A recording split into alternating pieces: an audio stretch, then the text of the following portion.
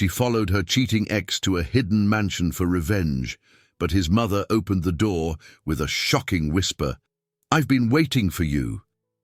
Hello, viewer. Thanks for joining us. Leave a like and share your thoughts in the comments, along with the city you're watching from. Now let's continue with the story. The broken chair sat in the corner of Amelia Hayes's workshop, untouched for 10 years, a silent witness to everything she had lost. She was one of Boston's most skilled art restorers. She could fix almost anything, delicate paintings, shattered porcelain, fractured wood, but not this chair, never this one. This chair had belonged to her father, Thomas Hayes, a master craftsman who built beautiful things with his hands and taught his daughter that integrity was more valuable than gold, until the day a man named David Collins, the man she loved, the man she trusted completely, stole everything from him. The business built over 40 years, the reputation earned through decades of honest work, the will to live. 6 months after the betrayal, her father died of a broken heart. And Amelia was left with a 10-year-old son, a workshop full of broken things she could fix, and one piece of furniture she could not bear to touch. She had spent a decade searching for answers. Why had David done it? They were in love. At least, she thought they were. And then, overnight, he vanished into the shadows of Boston's elite, leaving her family in ruins and her heart shattered into pieces even she could not restore. But tonight, after 10 years of searching, she finally knew where he lived, a hidden mansion on the outskirts of the city where secrets went to die. Tonight, she would demand the truth, not for revenge. Her father had taught her better than that, but for understanding, for closure, for the peace that only truth could bring. She kissed Noah good night, whispered a prayer for strength, picked up her coat, and stepped into the cold November rain. Behind her, the broken chair remained in shadows. Some things she had decided long ago were too damaged to ever be made whole again. But truth could still be claimed. And tonight, David Collins would finally have to face the woman he destroyed and the son he never knew existed. What she did not know, as she drove through the rain toward that hidden mansion, was that the door would not be opened by David. It would be opened by his mother. And her first words would change everything Amelia thought she knew about betrayal, sacrifice, and the terrible weight of family secrets. The rain fell harder as Amelia Hayes worked her fingers across the delicate surface of an 18th-century portrait, her restoration tools moving with practiced precision. The small workshop glowed warm against the November darkness outside, filled with the scent of linseed oil and turpentine, the quiet sanctuary she had built from nothing after her world collapsed. Her hands, slender, graceful, marked by years of careful work, knew exactly how much pressure to apply, where to blend, where to leave well enough alone. If only life were as simple as art restoration. If only broken things could always be made beautiful again. The bell above her door chimed. She glanced up to see Mrs. Chen collecting the antique mirror Amelia had spent 3 weeks repairing, the silvering restored, the frame's gold leaf gleaming like new. "It's perfect," Mrs. Chen breathed, tears gathering in her eyes. "My grandmother's mirror. I thought it was lost forever." Amelia smiled gently, wiping her hands on her work apron. Nothing is ever truly lost. Sometimes things just need the right person to see their potential for restoration. After Mrs. Chen left, clutching her grandmother's mirror like a treasure, Amelia returned to her workbench, but her eyes drifted, as they always did this time of evening, to the corner where the broken chair waited, her father's chair, the one piece she could not fix because fixing it would mean letting go, and she was not ready, not yet, perhaps not ever. She heard small footsteps on the stairs above the workshop.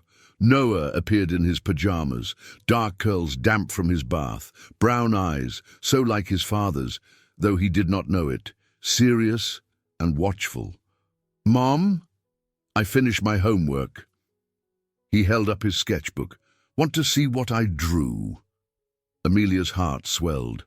Whatever else David Collins had taken from her, he had also given her this beautiful boy, this miracle who kept her anchored when grief tried to pull her under. "Come here, sweetheart." She pulled him close, studying his drawing. A tree, branches reaching toward the sky, roots diving deep into earth, strong, enduring. "This is beautiful, Noah. You have your grandfather's talent." Noah leaned against her, his slight weight a comfort. "Tell me about Grandpa Thomas again." She had told him 100 times, but she never tired of it. Keeping her father's memory alive was sacred work, more important than any art she restored. "He was the kindest man I ever knew," she began, her voice soft. "He built furniture that would last generations. He believed that creating something beautiful with your own hands was a form of prayer. He taught me that integrity, being honest even when it costs you, was the measure of a person's character." Noah was quiet for a moment. Then, in that way children have of asking the questions that pierce straight to the heart. "Mom, will I ever meet my dad?" Amelia's breath caught. She had prepared for this question, rehearsed answers that were truthful without being cruel. But it never got easier. "Your father made choices that hurt our family very much. He's not part of our life now. But he's alive." "Yes." "Does he know about me?" The question she dreaded most. "No, honey." "He doesn't." Noah absorbed this, his young face struggling with complex emotions. "If he knew, do you think he'd want to meet me?" Amelia pulled him closer, pressing a kiss to his curls. "Any man would be blessed to know you, but sometimes people can't be what we need them to be. That's why we have each other, you and me. That's enough, isn't it?" Noah nodded, but she saw the shadow in his eyes, the same shadow that lived in her own. The absence of something that should have been there. After she tucked Noah into bed, he was getting too big for tucking in, but still allowed it. She heard his quiet voice as she reached the door. "Mum, I'm going to pray for my dad tonight, that wherever he is, he'll learn to be good." Amelia's throat tightened. Her father's lessons had taken root in this precious boy. Mercy, even for those who did not deserve it. "That's a beautiful prayer, sweetheart." "Good night." She returned to her workshop, but could not focus on the portrait waiting on her easel. Instead, she found herself at her small desk, opening the folder she had accumulated over 10 years. Evidence, research, the slow, painstaking work of uncovering where David Collins had gone after destroying her family. Collins' enterprise. That was what he had built on her father's stolen business. The name itself was an insult, plastered across Boston's skyline. David had taken everything, the contracts, the clients, the very foundation Thomas Hayes had spent 40 years building, and claimed it as his own. For 10 years, Amelia had searched for the reason. Why? They had been in love. She had believed it with every fiber of her being. They had talked about marriage, about children, about building a life together. And then, without warning, without explanation, he had betrayed her father, stolen the business, and disappeared.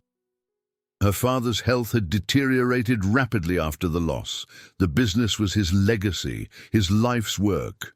Watching it crumble, knowing he had been betrayed by the man his daughter loved, broke something fundamental in Thomas Hayes. Amelia remembered his final days with painful clarity. The hospital room, his hand, once so strong from years of carpentry, now thin and trembling in hers.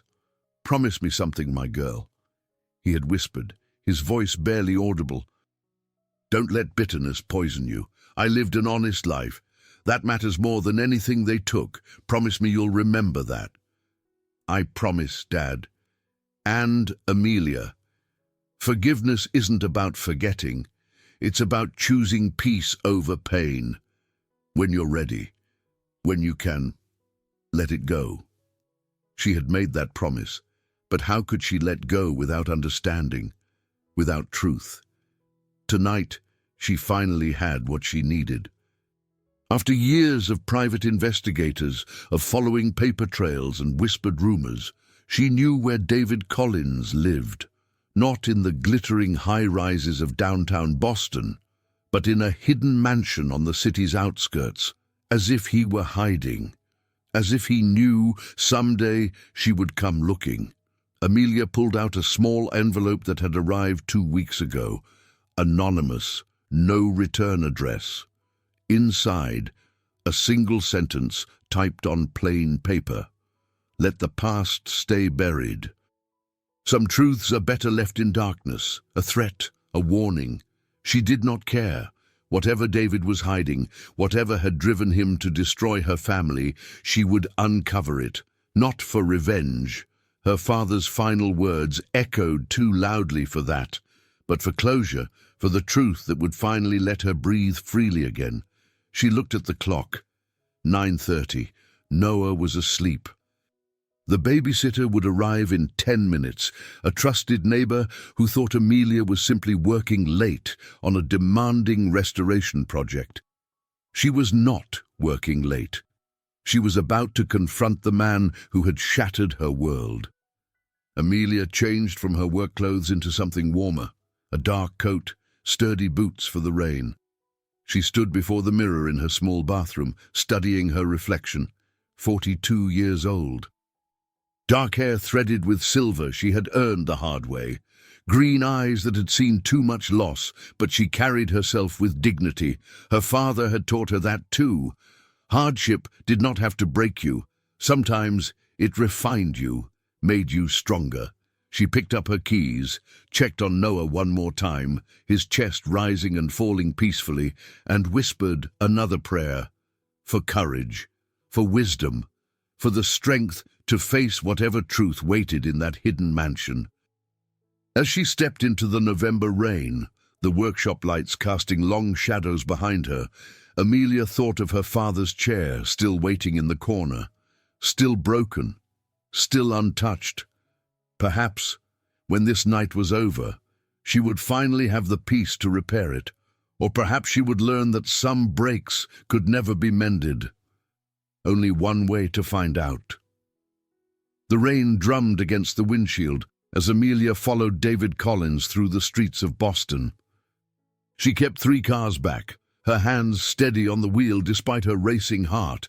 Years of imagining this moment had not prepared her for the reality of it, seeing him again, even from a distance, even through the distortion of rain and darkness. He drove a black luxury sedan, expensive but understated, not the flashy display she might have expected from a man who had built an empire on stolen foundations. The car moved through the city with practiced ease, heading east, away from the gleaming towers of downtown toward the older neighborhoods where Boston's original wealth had built their estates. Amelia had watched him leave his office at Collins Enterprise 40 minutes ago. She had been parked across the street, waiting, her heart a steady drum of anticipation and dread. When he emerged, a lone figure in a well-tailored suit, shoulders hunched against the rain, she had felt a strange jolt of recognition mixed with revulsion. This was David, the man she had loved, the man who had destroyed her father. He looked older than the image she had carried in her mind for 10 years. His dark hair was liberally streaked with grey, his face lined in ways it had not been before. He moved like someone carrying an invisible burden, his steps careful, his gaze downcast. There was no confidence in his bearing, no triumph of a man who had conquered the business world. He looked haunted. Good, she thought fiercely. He should be haunted. The city streets gave way to winding roads, lined with old trees, their bare branches clawing at the grey sky. This was old money territory, where families had lived for generations behind walls and gates, their secrets kept safe from the world's prying eyes. David's car turned onto a narrow private road. Amelia slowed, giving him more distance. She did not want him to notice her yet, not until she was ready, not until she stood on his doorstep and demanded he look her in the eye. Through the rain-smeared windshield, she caught glimpses of the mansion as the road curved. It was enormous, a Gothic revival estate of dark stone and sharp angles, windows like watchful eyes, surrounded by an iron fence that seemed designed to keep the world out, or perhaps to keep something in. David's car passed through the gates, which closed automatically behind him. Amelia pulled to the side of the road, parking beneath a massive oak tree. She sat in the darkness, engine idling, watching the mansion materialize through the sheets of rain. This was where David Collins lived, not in the heart of the city, surrounded by the success he had stolen, but in this isolated fortress. Why? What was he hiding? She thought of the anonymous letter. Let the past stay buried. Someone knew she was getting close. Someone wanted her to stop. She would not stop, could not. Her father deserved better than to be forgotten, his name tarnished, his legacy erased. Amelia turned off the engine. The silence was immediate and complete, broken only by the rain's relentless percussion. She sat in the darkness, gathering her courage, watching the lights in the mansion's upper windows. David was home, alone, as far as she could tell. No other cars in the circular drive, no signs of staff or guests. What would she say to him? She had rehearsed 100 speeches over the years, imagined every possible confrontation. But now, faced with the reality, her planned words seemed hollow, inadequate to the size of what had been lost. The truth. She would demand the truth, and she would not leave until she had it. Amelia stepped out of the car, pulling her coat tight against the cold rain. The November air bit at her face, sharp and cleansing. She walked toward the gates, her boots crunching on gravel, her breath visible in the chill. The gates were tall, ornate, topped with decorative spikes that seemed less decorative and more threatening in the stormy darkness. There was an intercom system mounted on one of the stone pillars, a camera watching her approach. She reached for the call button, then hesitated. What if he refused to see her? What if he simply left her standing in the rain, dismissed her the way he had dismissed her family's ruin? No, she had come too far, waited too long. Amelia pressed the button and waited. Silence, just the rain and her hammering heart. Then a crackle of static, but no voice, just the sound of the line opening. Someone listening on the other end. David Collins, she said clearly, her voice steady despite the trembling in her hands. My name is Amelia Hayes. I think you remember me. I need to speak with you. Tonight, it's about my father, Thomas Hayes, the man whose business you stole 10 years ago. More silence. She imagined him inside, listening, deciding whether to respond or simply cut the connection. Then, unexpectedly, the gates began to swing open. Slowly, ponderously, as if reluctant to grant her access to whatever secrets lay beyond. Amelia's breath caught. She had expected resistance, denial, anything but this immediate invitation. What did it mean? She walked through the gates, which closed behind her with an ominous clang. The drive curved through overgrown gardens, past stone fountains long silent, under arching trees that formed a canopy against the rain.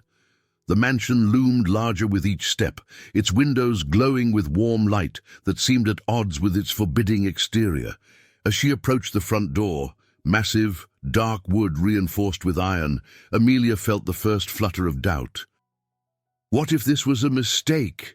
What if confronting David after all these years changed nothing, brought no peace, only reopened wounds that had barely begun to scar over? But she had come this far. And Noah's question echoed in her mind.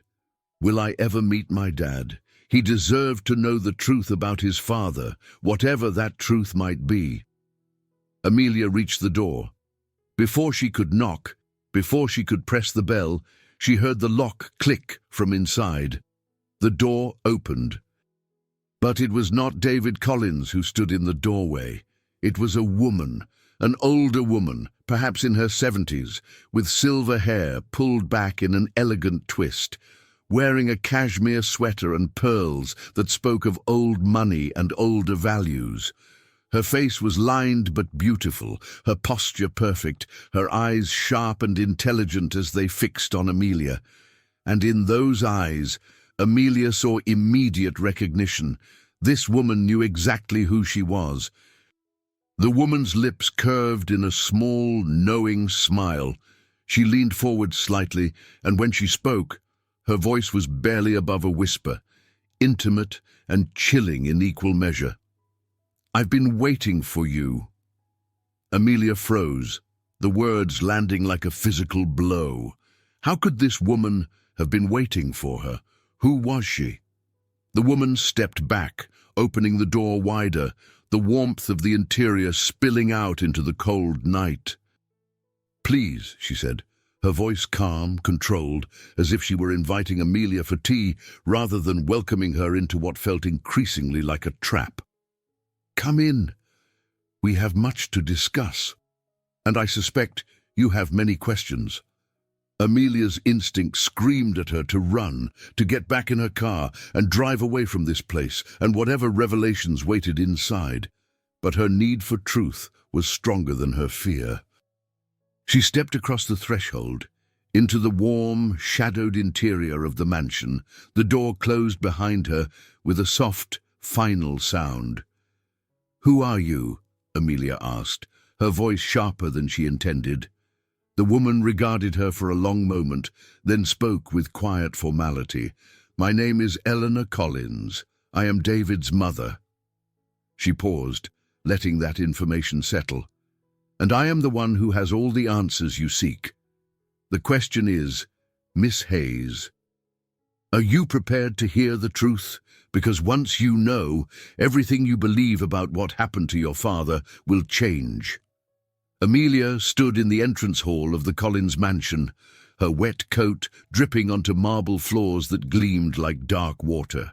The interior was as imposing as the exterior, high ceilings with ornate moulding, walls panelled in rich mahogany, portraits of stern-faced ancestors watching from their gilded frames. Old money, old secrets. Eleanor Collins moved with the grace of someone accustomed to commanding spaces, her heels clicking softly as she led Amelia deeper into the house.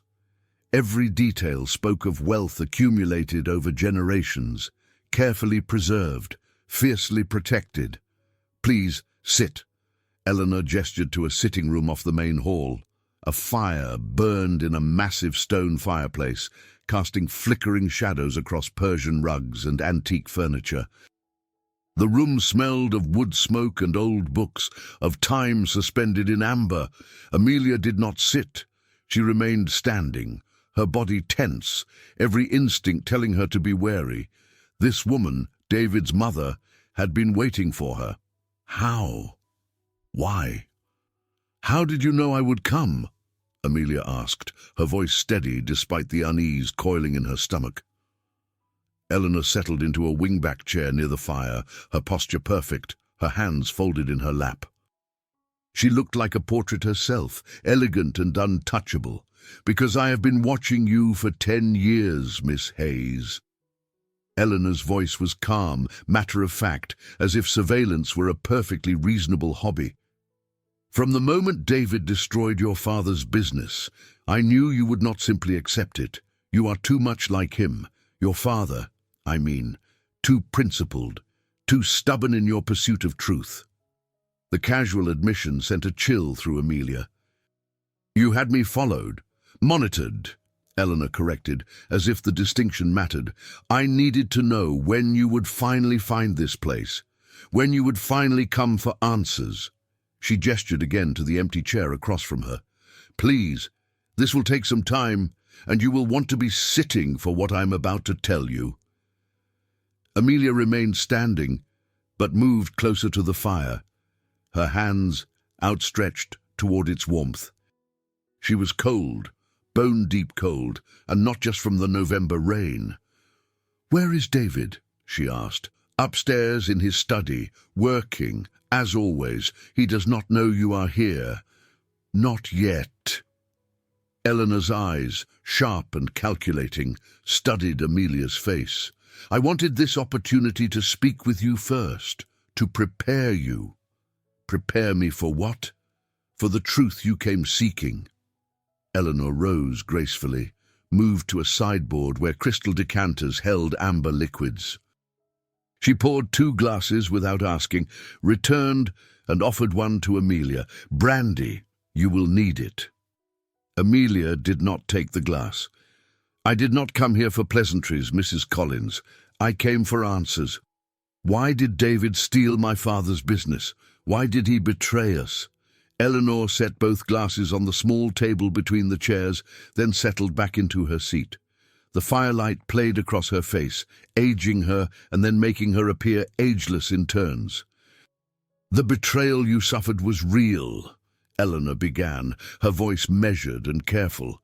"Your father's business was stolen. Your family was ruined. These are facts, and I do not insult you by denying them." She paused, her gaze never leaving Amelia's face. "But the question you have been asking for 10 years, why did David do it, has an answer you never imagined. And that answer begins 30 years ago, with my husband, David's father, Richard Collins." Amelia's breath caught. She had done her research over the years. Richard Collins had died more than 20 years ago, long before David and Amelia had even met. What could he possibly have to do with her father's ruin? Eleanor continued, her voice taking on a storytelling quality, as if she were recounting a familiar tragedy. Richard was a brilliant businessman, ambitious, driven, and utterly convinced that success justified any means necessary. In 1995, your father's company began to compete with one of Richard's ventures, a small competition, barely noticeable in the grand scheme. But Richard could not tolerate even the possibility of being outmaneuvered. "What did he do?" Amelia whispered, though she already sensed the shape of the horror to come. "He engineered what appeared to be a series of unfortunate accidents. Suppliers suddenly refused to honor contracts with your father. Clients mysteriously pulled their business. Banks that had promised loans changed their minds." Eleanor's face remained impassive, as if she were recounting someone else's crimes rather than her late husband's. It was subtle, carefully orchestrated to look like market forces, but it was deliberate sabotage. Richard began the work of destroying Thomas Hayes 30 years ago. It was slow, methodical, designed to avoid suspicion. Amelia felt the room tilt. 30 years ago, she had been 12 years old. She remembered that year. Her father had been stressed, worried about business in ways she had not understood as a child, but he had recovered. He had rebuilt. Or so she had thought. "My father survived that," Amelia said, her voice shaking. "He rebuilt his business. He was successful." "He was resilient," Eleanor agreed. "More resilient than Richard anticipated. Your father found new suppliers, new clients. He adapted. And Richard let it go. He moved on to other ventures, more profitable opportunities, but the foundation had been cracked. Your father's business was never quite as stable as it appeared. It survived, but barely." "And David?" Amelia forced the name past her lips. "What does any of this have to do with David's betrayal 10 years ago?" Eleanor's expression softened slightly, the first hint of something that might have been sympathy. "David knew nothing of his father's crime. Richard died in 2003, taking his secrets to the grave. David was 26 years old, learning the business, believing his father was a man of honor, and he was happy, content, until—" She paused, her eyes locking on Amelia's. "Until he fell in love with you." The room fell silent except for the crackling fire. Amelia felt her heart hammering against her ribs. "David loved you," Eleanor continued softly. "Genuinely, deeply. I saw it, and it terrified me. Why?" The word came out broken. "Because if David married you, if your families merged, if he became close to Thomas Hayes, there was a chance the truth might come out. Documents, old business records. Someone might notice patterns that connected Richard's actions to your father's early struggles. The truth was buried, but not deeply enough. Not if someone went looking." Understanding crashed over Amelia like a wave. "You blackmailed him, your own son." "I gave him a choice," Eleanor corrected, her voice sharp now. "Betray you and take your father's business, completing what Richard started. Or I would reveal Richard's crimes publicly. I would destroy the Collins family name, the reputation David had spent his life trying to honor. I would tell the world his beloved father was a criminal." Amelia's legs gave out. She sank into the chair, her mind reeling. "You forced him to choose between me and his father's legacy." "I forced him to protect this family," Eleanor said fiercely, the first real emotion breaking through her controlled facade. "That is what mothers do, Miss Hayes. We protect our children, whatever the cost. David was weak with love for you. He would have chosen you over his duty. I could not allow that." "Duty?"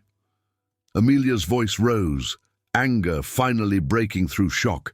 "You call destroying an innocent man's business duty? You call forcing your son to betray the woman he loved duty?" "I call it survival," Eleanor snapped. "I call it preserving what generations of this family built. Yes, Richard made a terrible mistake. But airing that mistake, destroying our name, would have accomplished nothing except ruining David's future." Amelia stood abruptly, her hands trembling with rage. "My father died, Mrs. Collins. He died of heartbreak. And you sit here in your mansion built on lies and talk about duty." "Your father's death was tragic," Eleanor said quietly, "but it was not inevitable. If he had been stronger, do not." Amelia's voice was ice. "Do not blame my father for being destroyed by your family's crimes." The door to the sitting room opened. Both women turned. David Collins stood in the doorway, his face drained of color, his eyes wide with shock and something that looked like horror. "Amelia?" His voice was barely a whisper. What are you doing here?" Amelia stared at the man she had once loved, the man who had destroyed her family. He looked older, hollowed out, as if something vital had been carved from him and never replaced. Good, she thought savagely. He should be hollow. "Your mother was just explaining," Amelia said, her voice shaking with controlled fury, "exactly why you betrayed me, exactly why you stole my father's business, exactly why you destroyed the man who would have been your father-in-law." David's eyes moved to Eleanor, and Amelia saw something pass between them. Old pain, old battles, old defeats. "Mother," David said quietly, "what have you done?" "What needed to be done?" Eleanor replied calmly. "She was going to find out eventually. Better she hear it from me, in a context I control." David looked back at Amelia, and she saw tears gathering in his eyes. "Amelia, tell me." Her voice cut through his words like a blade. "In your own words, David, tell me why you did it." David Collins stood frozen in the doorway of his mother's sitting room, looking at Amelia Hayes for the first time in 10 years. The woman he had loved, the woman he had destroyed. The years had changed her. There was silver in her dark hair now, lines around her eyes that spoke of sorrows he had caused, but she was still beautiful, still dignified. Still looking at him with those green eyes that once held love, but now held only accusation. "Tell me," she repeated, her voice steady despite the trembling he could see in her hands. "In your own words, David, Tell me why you did it." He opened his mouth, but no sound came. How could he possibly explain? How could mere words encompass the complexity of what his mother had forced him to choose, the impossible decision that had haunted every moment of the last 10 years? He began, then stopped. Looked at his mother, still seated calmly by the fire, as if she had not just detonated a bomb in the center of his carefully controlled existence. Eleanor's face was impassive, but he saw the warning in her eyes. Even now, even after everything, she expected his loyalty. "I had no choice," he finally said, the words sounding hollow even to his own ears. Amelia's laugh was bitter. "No choice. David, there is always a choice. You chose to protect your father's reputation over doing what was right. You chose your family's secrets over the man who would have been your father-in-law. You chose—" Her voice broke. "You chose your mother over me." The truth of it struck him like a physical blow. Yes, that was exactly what he had done. And in making that choice, he had destroyed not just Amelia and her father, but himself as well. "My father," David said quietly, moving into the room, his movements careful as if approaching something fragile that might shatter. "Did you tell her everything, Mother?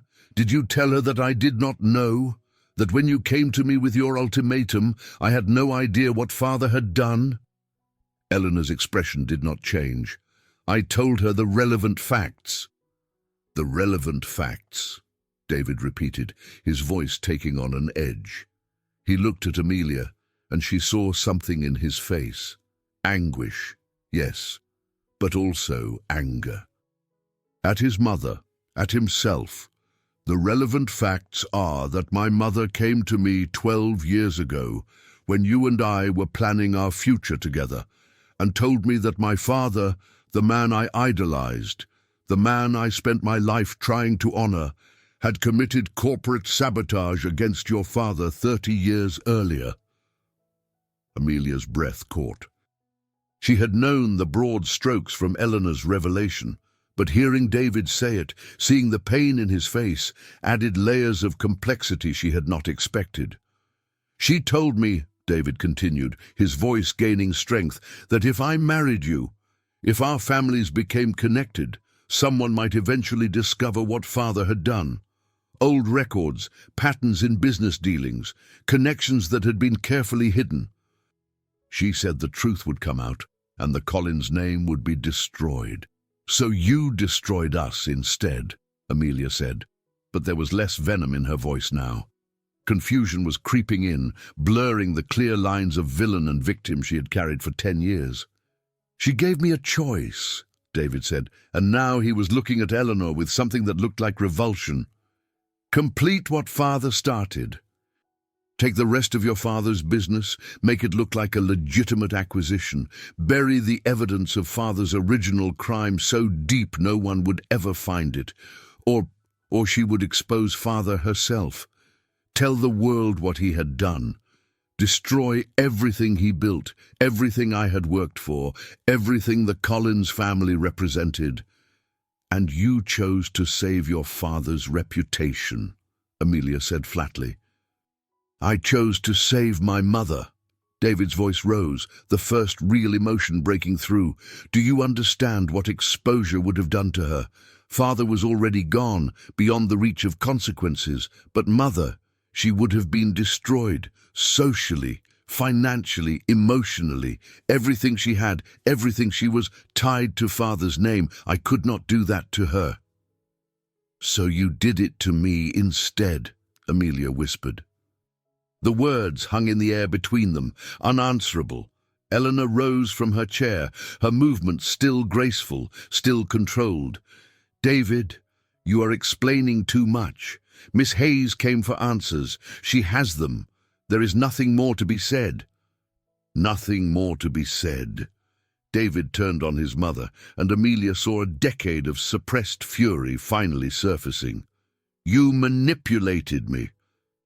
You used my love for you, my sense of duty, my grief over father's death. You weaponized all of it to force me to commit the same crime father did, and you have the audacity to say there is nothing more to be said." Eleanor's composure cracked slightly. "I did what any mother would do. I protected my son from making a terrible mistake." "What mistake?" David's voice was raw. "Marrying the woman I loved, building a life based on truth instead of lies. Those were mistakes." "Yes," Eleanor's voice rose to match his, "because truth does not put food on the table, David. Truth does not preserve legacies. Truth does not protect the family name that your father spent his life building. I did what I had to do to ensure you would have a future." "What future?" David spread his arms, gesturing to the enormous house around them. "This, living alone in father's tomb, building a business empire on stolen foundations, knowing every dollar I earn is tainted. This is not a future, mother. This is a prison." Amelia watched the exchange, her anger momentarily forgotten in the shock of seeing David, the man she had cast as pure villain in her mind, fighting his mother with what looked like genuine moral outrage. But was it genuine, or was this another manipulation? "David," Amelia said quietly, and both Eleanor and David turned to look at her. "If you were so opposed to what your mother forced you to do, why did you not tell me? Why did you not come to me and explain? We could have faced it together." David's face crumpled. "Because I was a coward, because I could not face you with the truth, because—" He moved closer, his eyes searching her face desperately. "Because I convinced myself that if I just did what Mother asked, if I just completed the acquisition quickly and cleanly, maybe somehow I could fix it later, make reparations without exposing Father's crime, find a way to have both, Mother's security and your love. But that is not how it works," Amelia said, and she felt something inside her shift. Not forgiveness, not yet, perhaps not ever, but understanding. The painful recognition that David was not the calculating villain she had imagined, but something more complicated, a man who had been trapped between impossible loyalties and had made the wrong choice. "I know that now," David said quietly. "I have known it for 10 years. Every day since I betrayed you, I have lived with the knowledge that I destroyed the best thing in my life to protect a lie." Eleanor's voice cut through the moment like a blade. "How touching." "But Miss Hayes did not come here for your self-pity, David. She came for answers. She has them. The question now is what she intends to do with that information." Amelia turned to Eleanor and saw the calculation in the older woman's eyes.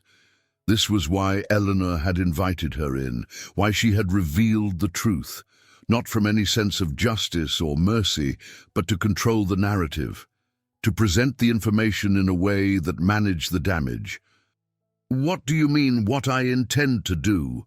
Amelia asked, though she suspected she already knew. Eleanor's smile was cold. "You have the truth now.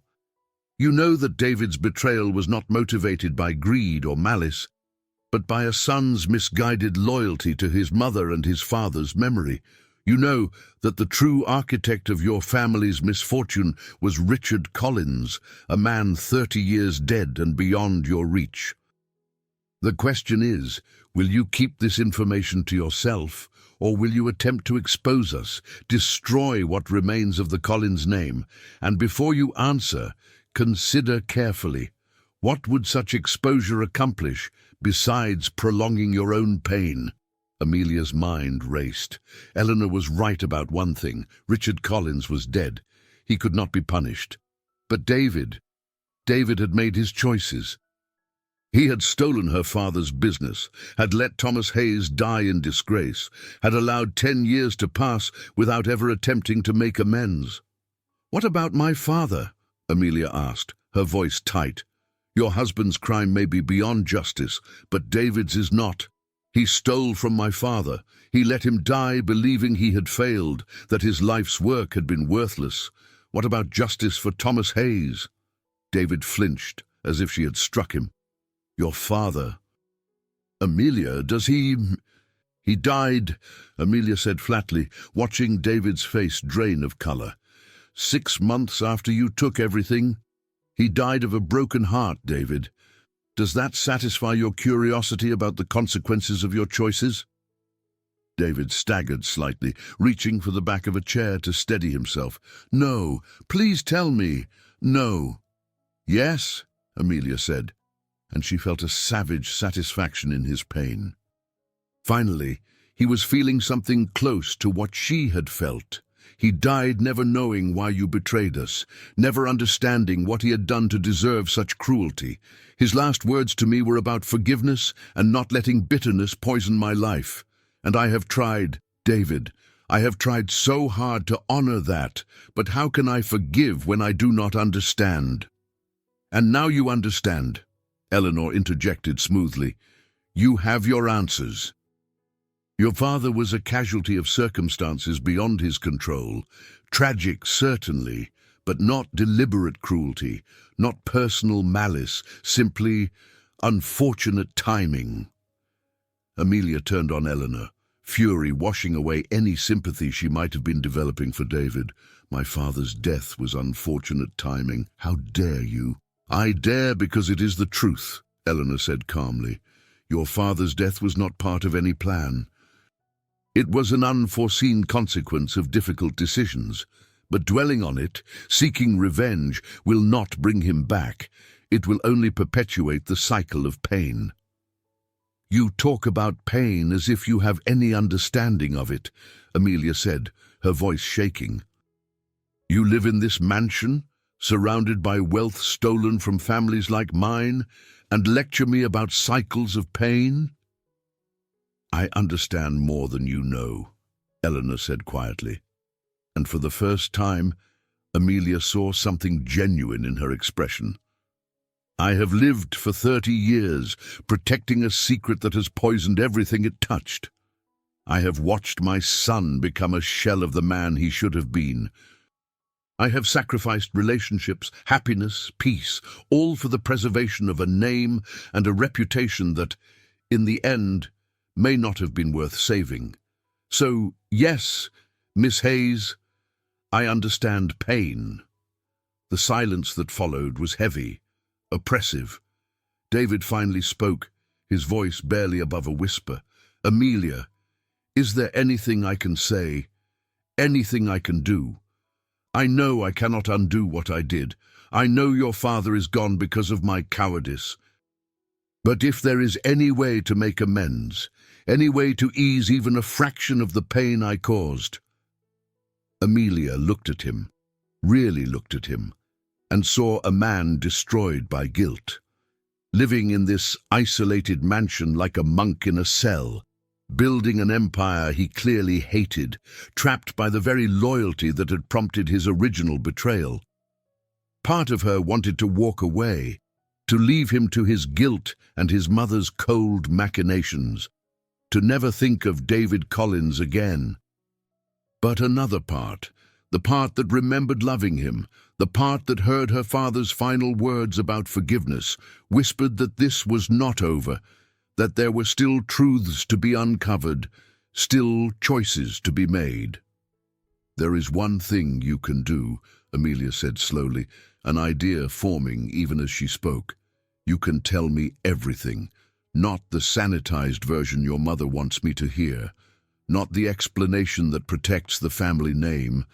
Everything, every detail of what your father did to mine, every step of how you completed his work, every document, every transaction, every lie, complete transparency, the whole truth.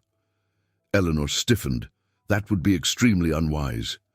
I was not asking your permission, Amelia said coldly. I was making a request of David. Can you do that? Can you finally choose truth over loyalty?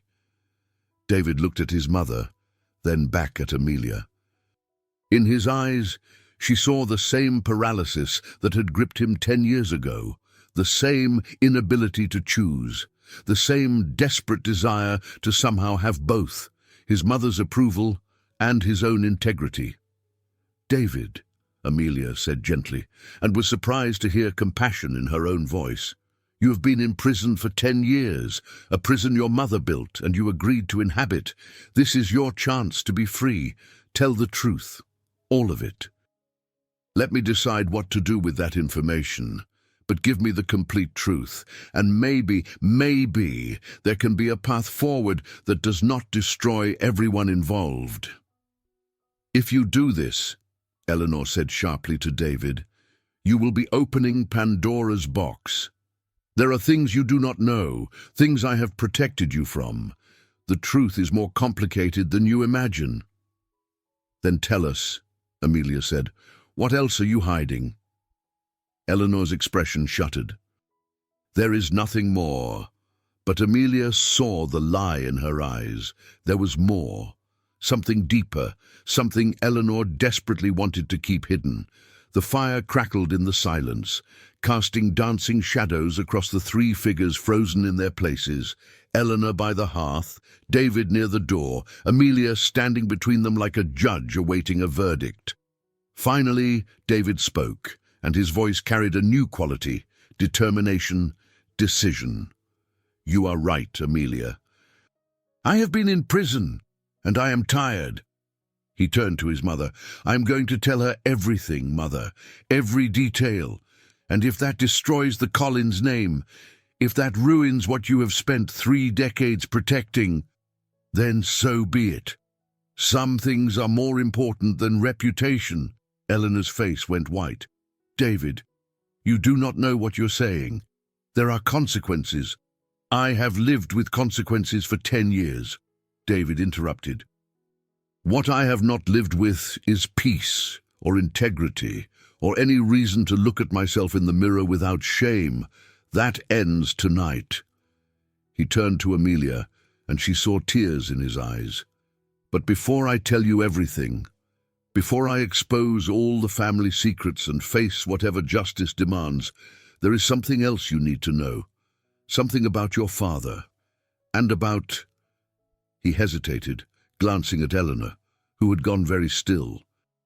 "About why my mother has really been watching you for 10 years. Amelia's heart began to race. "What do you mean?" David took a deep breath. "My mother did not tell you the complete truth. My father's sabotage of your father's business 30 years ago was not random corporate warfare. It was personal, and the reason—" He looked at Eleanor one more time, as if giving her a chance to stop him. She said nothing, her face a mask. "The reason was that your father discovered something about my father, something criminal, something that would have sent Richard Collins to prison if Thomas Hayes had gone to the authorities." Amelia felt the room tilt. "What? What did my father discover?" "Tell her," Eleanor said suddenly, her voice flat. "If you are determined to destroy everything, David, then tell her all of it. Tell her why Richard had to silence Thomas Hayes. Tell her why I have spent 30 years making sure that secrets stayed buried. Tell her everything, including what happened the night Richard Collins died." The words hung in the air like a curse. What happened the night Richard Collins died? Amelia felt her legs weaken. She sank into the chair she had refused earlier, her mind spinning. What are you saying?" Eleanor remained standing by the fire, her silhouette stark against the flames. When she spoke, her voice carried the weight of 3 decades of secrets finally coming to light. Richard did not die of natural causes, as the official record states. He died because your father confronted him. Because Thomas Hayes was a man of integrity who could not let a crime go unpunished, even when doing so would have been the wiser choice. "My father," Amelia whispered. "What did he do?" David moved closer, his face pale but resolute. Your father discovered that my father was involved in insurance fraud, major fraud. Richard had been falsifying claims, embezzling from his own company, moving money through shell corporations. It was sophisticated, carefully hidden. But your father, who did business with one of the same insurance companies, noticed irregularities. He started investigating. Amelia's heart pounded. Her father had never mentioned any of this. But then she had been only a child in those years, unaware of the adult world's complexities and dangers. In 2003, Eleanor continued, her voice measured and controlled, your father came to Richard with evidence. He gave him a choice. Confess to the authorities and make restitution, or Thomas would expose him. It was meant to be an act of mercy, a chance for Richard to do the right thing. But he did not confess, Amelia said, already knowing the answer. He did something far worse, David said quietly. He tried to threaten your father, to intimidate him into silence. They argued. It became heated. And Richard... He stopped, his throat working. He had a heart attack during the confrontation. Right there, in your father's office, he collapsed and died before the ambulance arrived. Amelia pressed her hands to her mouth, horror washing over her. My father never said anything. Never told anyone. Because he was protecting you, Eleanor said, and for the first time there was genuine respect in her voice when she spoke of Thomas Hayes. The authorities investigated, of course, but your father told them Richard had come to discuss a business matter, that he simply collapsed. He said nothing about the confrontation, nothing about the fraud. He let Richard be remembered as a respected businessman who died tragically young. Why? Amelia asked, tears streaming down her face. Why would he do that? Because he was a good man, David said simply. Because he knew that exposing Richard's crimes would destroy our family, my mother, me, everyone connected to the Collins name. Your father chose mercy over justice. He buried the evidence of Richard's fraud along with Richard himself. Eleanor's voice was soft, almost gentle. Your father came to me after the funeral. He gave me the evidence he had gathered and told me he would never speak of it. He said Richard's death was punishment enough, and that no good would come from destroying the living to punish the dead. He asked only that I leave his family in peace, and you repaid that mercy, Amelia said bitterly, by destroying his business a decade later. Eleanor's face hardened. I repaid it by ensuring my son had a future. When David fell in love with you, when I saw your families growing close, I became terrified. What if someone discovered what Thomas knew? What if, in the intimacy of family gatherings and shared confidences, the truth came out? I could not take that risk. So you blackmailed David into betraying us, Amelia said. You manipulated him into completing your husband's original work of destroying my father, the man who had shown you mercy, the man who had protected your family's name at great personal cost. Yes, Eleanor said simply. Because I am a mother first and morality second. I would do anything to protect my son. David's voice was hollow.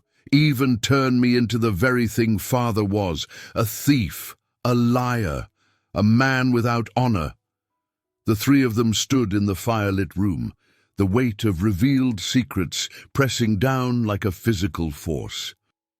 Amelia tried to process it all, her father's nobility, his mercy toward the Collins family, the cruel irony that his act of grace had been repaid with betrayal. And then another thought struck her, sharp and painful. My father's heart, she said slowly. After you took his business, he deteriorated so quickly. His doctor said it was stress-induced heart failure, but it was not just the loss of the business, Gudros, was it?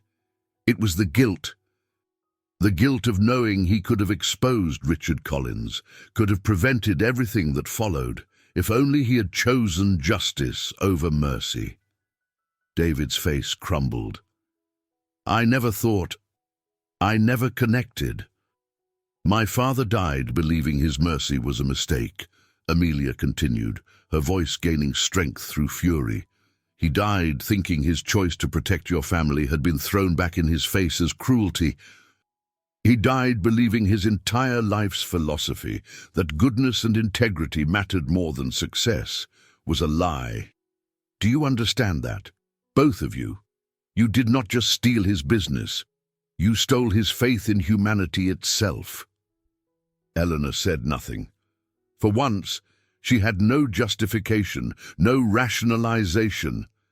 David moved toward Amelia, his hands outstretched in supplication. Amelia, I swear to you, I did not know. Mother never told me about father's death, about your father's mercy. If I had known, what? Amelia interrupted harshly. If you had known, what would you have done differently? You still chose your mother over me. You still let my father die in disgrace. Knowing the full truth might have made your guilt worse, but would it have changed your actions? The question hung between them, unanswerable. Into the heavy silence, Amelia spoke again, and her voice was different now, harder, more determined. I have one more question, and I want the complete truth, David. No more revelations held back, no more secrets your mother is protecting. The complete truth. Anything, David said desperately. Ask me anything. Amelia took a breath, steadying herself. Do you know about Noah? David's face went blank with confusion. Noah? Who is Noah? And there it was. The confirmation Amelia had both hoped for and dreaded. He truly did not know. She reached into her purse, still clutched in her hand despite everything, and pulled out her phone. With shaking fingers, she found the photo she kept as her home screen. Noah at his last school art show, holding up a drawing of a tree with deep roots, his dark curls catching the light, his brown eyes serious and intelligent, his smile shy and sweet. She held the phone out to David. This is Noah. My son. Our son. He's 10 years old. He was born 7 months after you destroyed my father's business, after you destroyed us. David took the phone, his hands trembling so badly he nearly dropped it. He stared at the image, his face cycling through emotions too quickly to name: shock, disbelief, wonder, anguish. You were... He could not seem to form complete sentences. I did not know I was pregnant when you betrayed us, Amelia said, her voice thick with unshed tears. I found out 2 weeks later, 2 weeks after my world had collapsed, after my father was dying of a broken heart, after the man I loved had vanished without explanation. I found out I was carrying his child.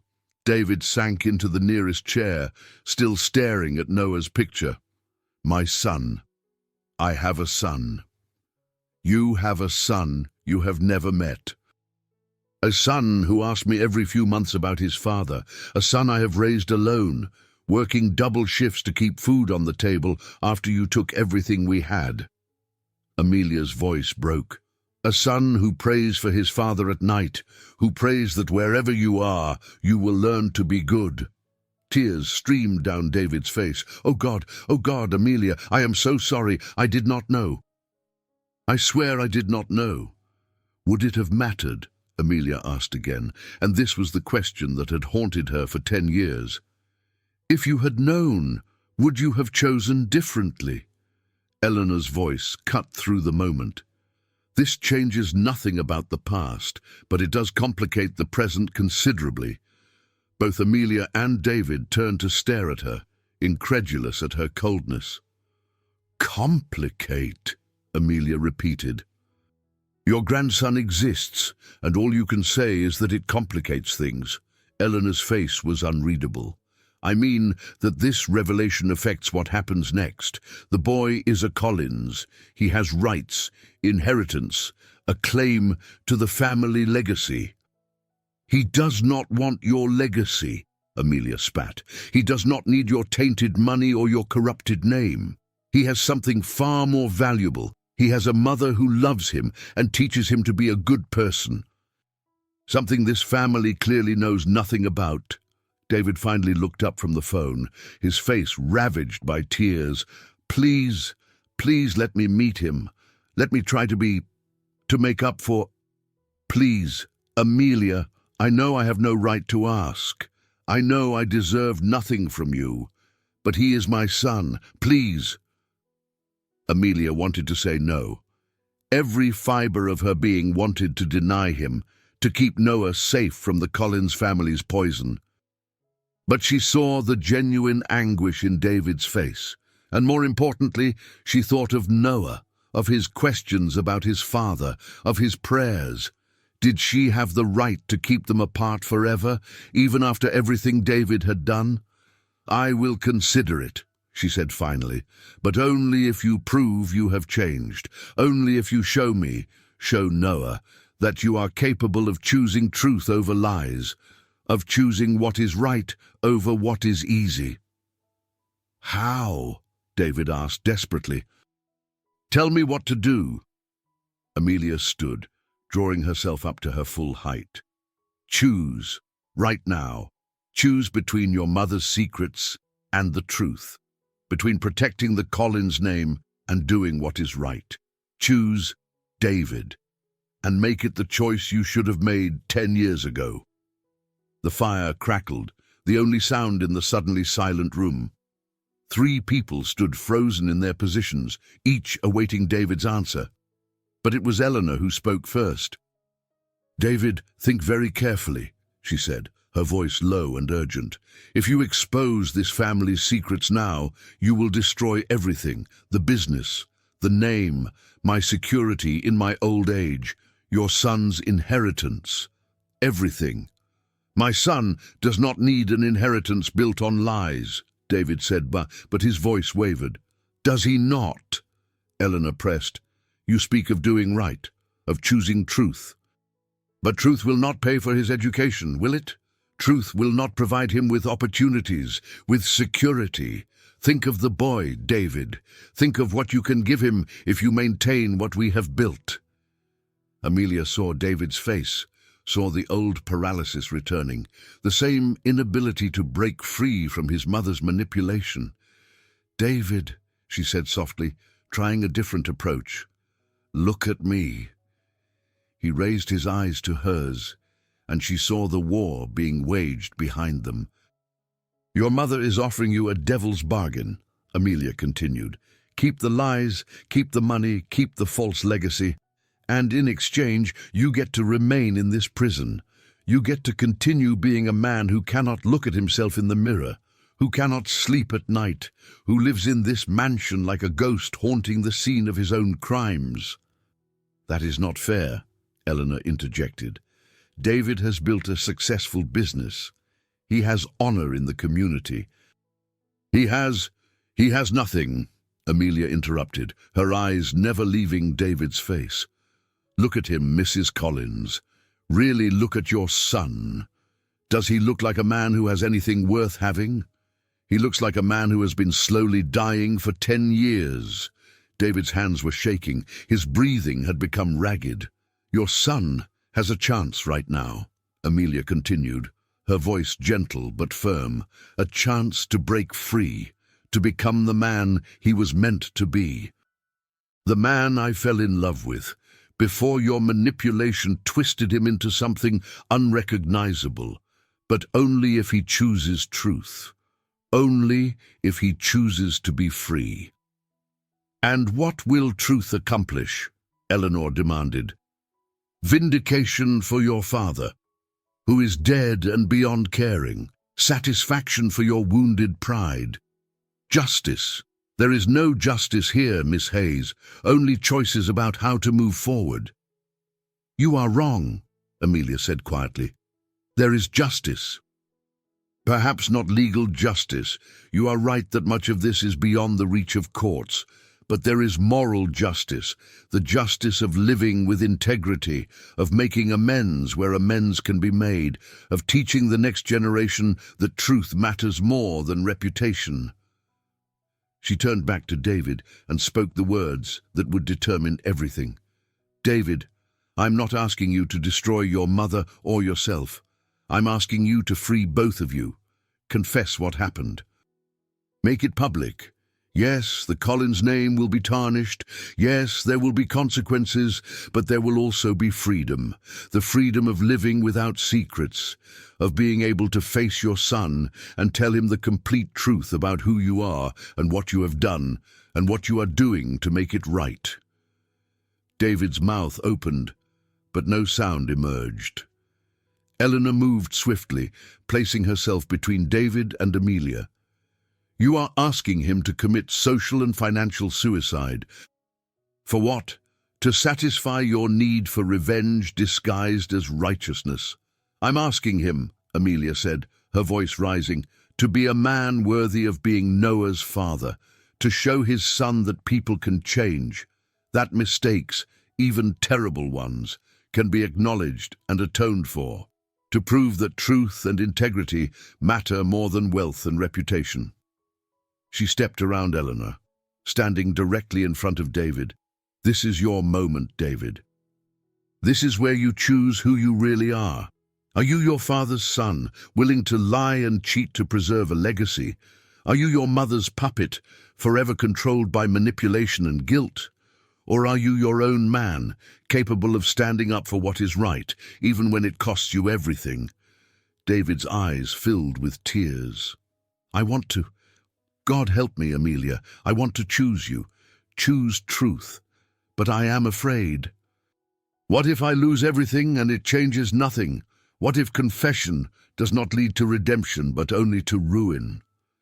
Then you will be ruined, Amelia said gently. But you will be ruined as a man of integrity. And that is worth more than all the corrupted wealth in the world. More importantly, you will be able to look your son in the eye and tell him that when the moment came, you chose what was right. Eleanor's voice was sharp with desperation. David, she is manipulating you just as surely as she accuses me of doing. She is using your guilt and your love for her to force you into a position that benefits only her. No, Amelia said firmly. I am giving him a choice, a real choice, not a devil's bargain. Choose truth and face the consequences, whatever they may be, or choose lies and remain forever imprisoned by them. But know this, David, if you choose lies again, if you choose your mother's manipulation over doing what is right, you will never know your son. I will make certain of that. Not out of cruelty, but because I will not allow Noah to be infected with this family's disease of prioritizing reputation over integrity. The moment stretched, endless and terrible. David looked at his mother, looked at Amelia, looked down at the phone still clutched in his hand, at the image of the boy he had never met. When he finally spoke, his voice was barely a whisper. I need time to think. This is too much, too fast. Please. Amelia felt her heart sink. Time to think. It was what cowards said when they could not make the hard choice. How much time? She asked, fighting to keep the disappointment from her voice. I do not know. A few days. A week. Let me process everything. Figure out the right way to handle. There is no right way to handle truth except to tell it. Amelia interrupted. And every day you wait is another day you prove you are not ready to be the man Noah needs you to be. That is not fair, David said, a flash of anger in his voice. You come here, tell me I have a son I never knew about, demand I destroy my entire life on the spot, and call me a coward for asking for time. Yes, Amelia said simply, because you have had 10 years, David, 10 years to find your courage, 10 years to make amends, 10 years to choose truth over lies. If you have not found it by now, a few more days will not make any difference. She reached for the phone, taking it from his unresisting hands, looking one last time at Noah's picture before slipping it back into her purse. I am leaving now, she said, her voice steady despite the tears threatening to fall. And I will tell you what I am going to do. I am going home to my son. I am going to hold him and thank God that despite everything, he is a good, kind, principled boy who knows the difference between right and wrong. And I am going to tell him that tonight I met his father, and his father was given a chance to prove he was worthy of being called by that name, and he could not do it. No, please, David said desperately. Do not tell him that. Give me the time to figure this out. Time to figure out what? Amelia's voice broke. Time to find a way to have both. Time to calculate how to minimize damage while avoiding real accountability. That is what you are asking for, David. Not time to find your courage, but time to find a way to keep your comfortable prison. She turned to Eleanor. You won. You kept your son chained to your lies. Congratulations, Mrs. Collins. I hope it was worth it. Then, before either of them could respond, before David could make another weak plea, before she could lose her own resolve, Amelia walked toward the door. Amelia, wait! David called out, and she heard his footsteps behind her. She stopped at the threshold, not turning around. I loved you, David said, his voice breaking. I still love you. That has to count for something. Amelia closed her eyes against the pain. Love without courage is not love, David. It is cowardice wearing love's mask. And I deserve better. My father deserved better. Our son deserves better. She opened the door, stepped out into the November rain. Behind her, she heard David start to follow, but Eleanor's voice stopped him. Let her go, David. She will calm down. In a few days, when emotions are not so raw, you can reach out, work out a reasonable arrangement. There is no need for grand gestures or dramatic confessions. Amelia paused on the doorstep, waiting, hoping against hope that David would defy his mother, would run after her, would choose differently. But he did not. The door remained open, David's silhouette backlit by the interior warmth, but he did not cross the threshold, did not step out into the rain, did not choose her. Again. Amelia walked down the long drive toward her car, rain soaking through her coat, tears mixing with the water streaming down her face. She had given him a chance, a real chance, and he had failed. Some things, she thought as she reached her car, really were too broken to be repaired. Amelia drove home through the rain, her hands gripping the steering wheel so tightly her knuckles ached. She did not cry anymore. The tears had dried somewhere on the long drive back through Boston's rain-slicked streets, replaced by a cold, hollow clarity. She had been right all along. David Collins was a coward. Whatever love he might have felt, whatever guilt might torment him, he lacked the fundamental courage to break free from his mother's manipulation. He would remain forever imprisoned by loyalty to a legacy built on lies, and Noah would never know his father. The thought brought a fresh wave of grief, not for herself, but for her son. That beautiful, sensitive boy who prayed for a father he had never met, who drew pictures of trees with deep roots, who asked questions about goodness and integrity. He deserved better than David Collins. Perhaps it was a mercy that they would remain strangers. When she arrived home, the babysitter reported that Noah had been an angel, as always. Amelia paid her, waited until she left, then climbed the stairs to her son's room. Noah slept peacefully, his dark curls spread across the pillow, one arm thrown above his head in that careless way children have. Amelia sat on the edge of his bed, watching him breathe, and felt her heart break all over again. "I am so sorry, sweetheart," she whispered. "I tried. I really tried." She thought about her promise to tell Noah she had met his father, but looking at his peaceful face, she could not do it. Not tonight. Let him sleep in innocence a little longer. Tomorrow would be soon enough for disappointment. Amelia went to her own room but could not sleep. She sat at her desk, pulling out the folder of research she had accumulated over the years. All that evidence, all that documentation of David's betrayal. What was she supposed to do with it now? She could expose him herself, take everything Eleanor had revealed to the authorities, to the press, destroy the Collins name without David's cooperation.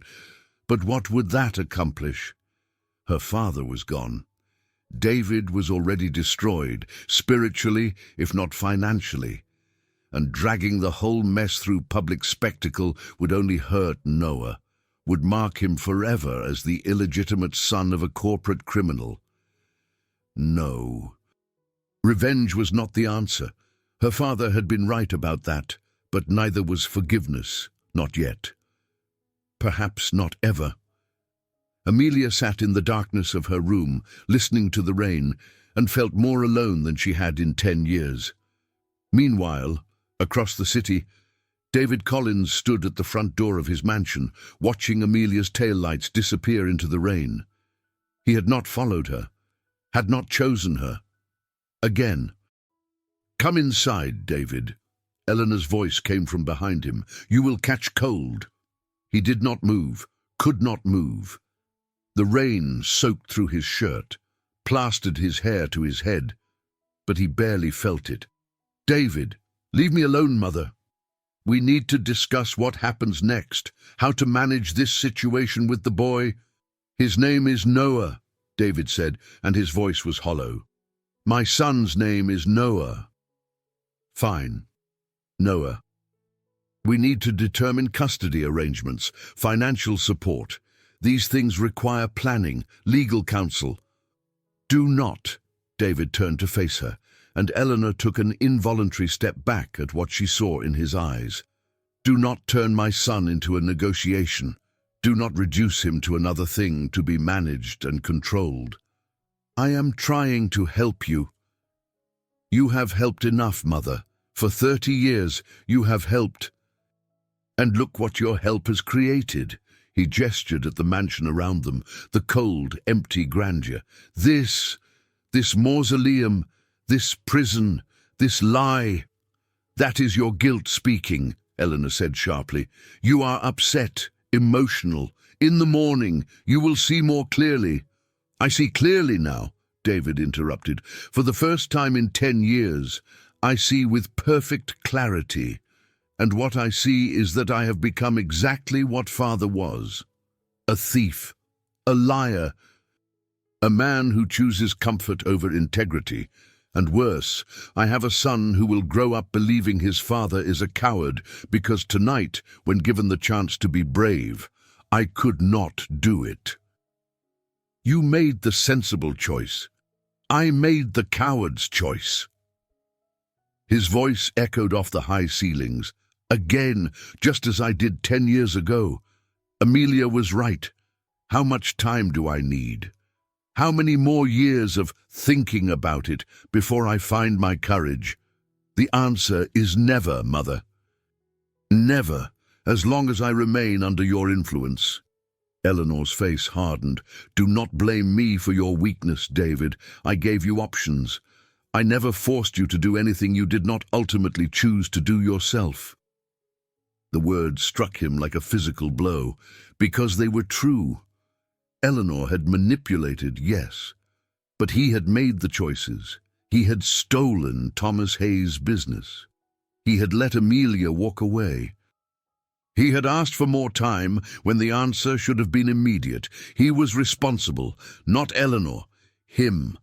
The realization was crushing and liberating in equal measure.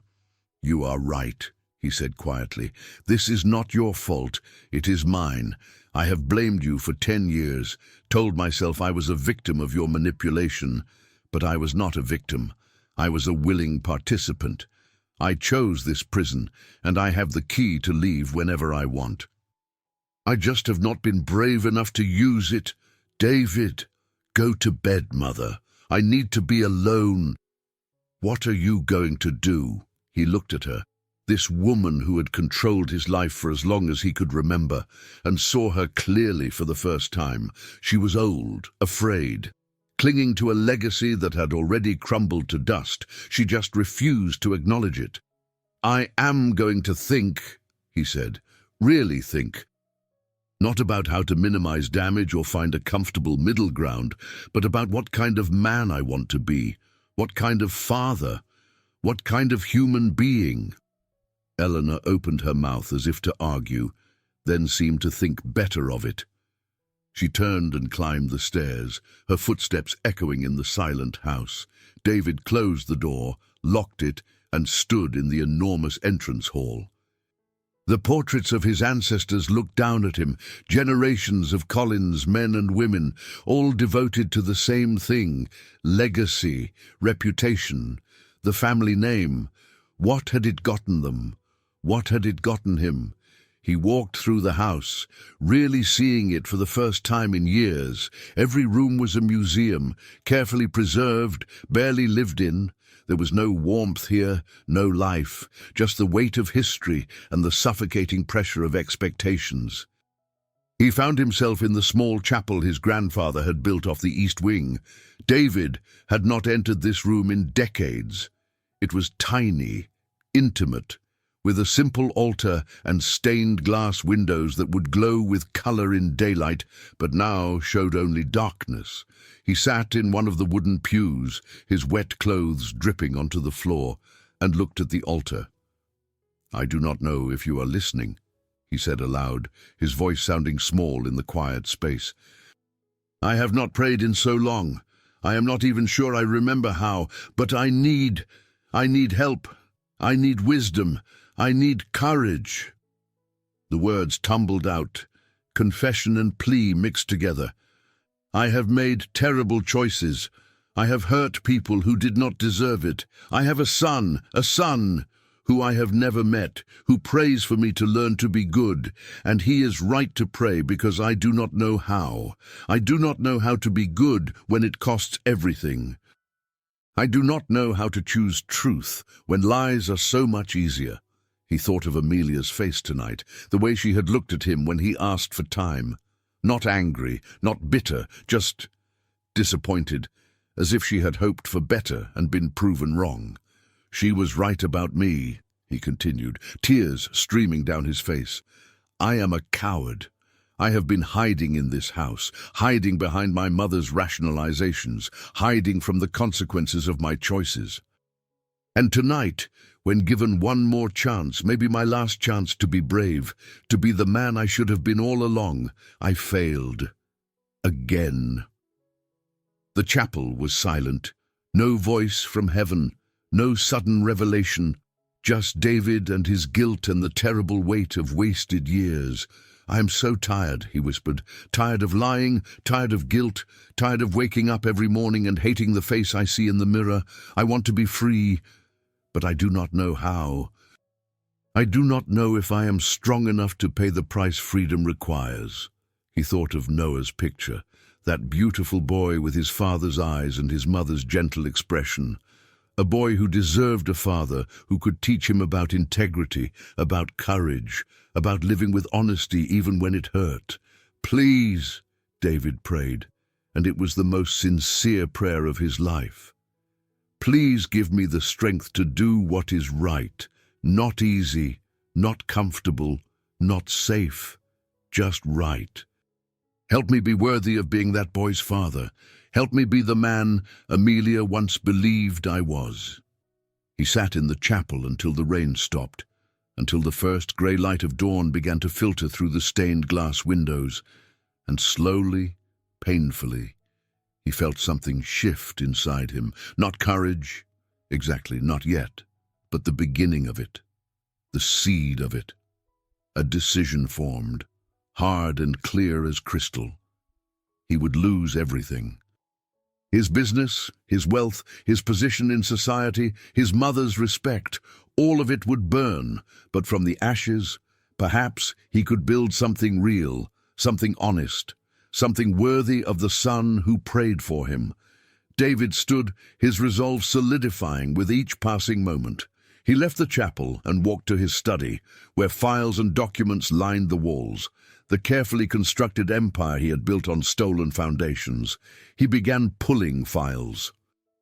His father's old business records that Eleanor had hidden in this house, the evidence of Richard's fraud, the documentation of his own theft of Thomas Hayes's business. Every piece of paper that proved the Collins family legacy was built on lies. He would burn it all down, publicly, completely. He would confess everything, expose every crime, face every consequence. And if Amelia never forgave him, if Noah never wanted to meet him, if he ended up alone and disgraced with nothing left but his integrity, well, at least he would be able to look at himself in the mirror. At least he would finally be free. 3 days later, David Collins called an emergency meeting of the Collins Enterprise Board of Directors. Eleanor tried to stop him. She pleaded, threatened, reminded him of every obligation and duty he owed to the family name. But David had made his choice, and nothing she said could change his mind. "You will destroy us," she said on the morning of the meeting, her voice shaking with fury and fear. "Yes," David agreed calmly, "I will, and it should have been destroyed 30 years ago. I'm just finishing what should have been finished when Father died." "You are a fool." "Perhaps, but I will be an honest fool. And that is better than a wealthy liar." The boardroom of Collins Enterprise was on the 40th floor of a gleaming Boston high-rise. 12 directors sat around a polished table, confused and concerned about the emergency meeting. David had given them no explanation, just an urgent summons. David stood at the head of the table, a folder of documents in front of him. He looked at the faces around him. Colleagues, some of them friends, all of them about to be shocked. "Thank you for coming on short notice," he began. "What I'm about to tell you will change everything you thought you knew about this company and the Collins family. I ask only that you hear me out completely before reacting." He took a deep breath and began. 30 years ago, my father, Richard Collins, committed corporate fraud. He embezzled from his own company, falsified insurance claims, and engaged in systematic sabotage of competitors. When he was discovered by an honest businessman named Thomas Hayes, my father attempted to intimidate him into silence. During that confrontation, my father died of a heart attack. His crimes were never exposed publicly because Thomas Hayes chose mercy over justice. The board members exchanged glances, shock beginning to register. David continued, his voice steady.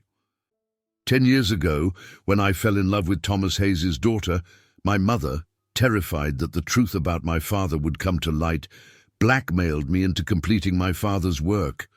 I stole Thomas Hayes's business. I let him die believing himself a failure.